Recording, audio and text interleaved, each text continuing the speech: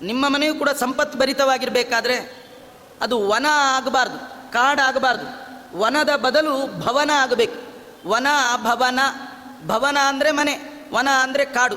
ನಾವೇನೋ ಹೊರಗಡೆ ಇದು ಮನೆ ಅಂತ ತಿಳ್ಕೊಂಡಿರ್ತೀವಿ, ನಿಜವಾಗಿಯೂ ಅದು ವನ, ಕಾಡಿದ್ದ ಹಾಗೆ.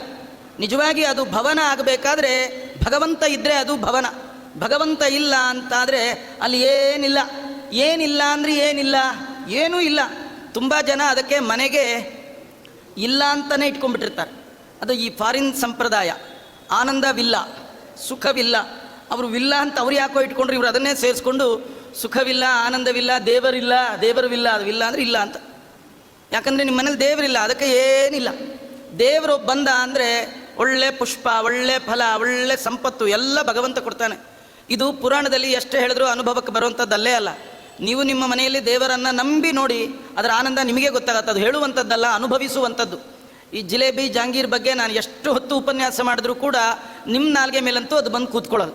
ಅದು ಬಂದು ತಿಂದಾಗ ಅದರ ಆನಂದ ಅದು ಎಷ್ಟಾಗುತ್ತೆ, ಅದನ್ನು ಹೇಳಿದ್ರೆ ಏನು ಪ್ರಯೋಜನ ಇಲ್ಲ.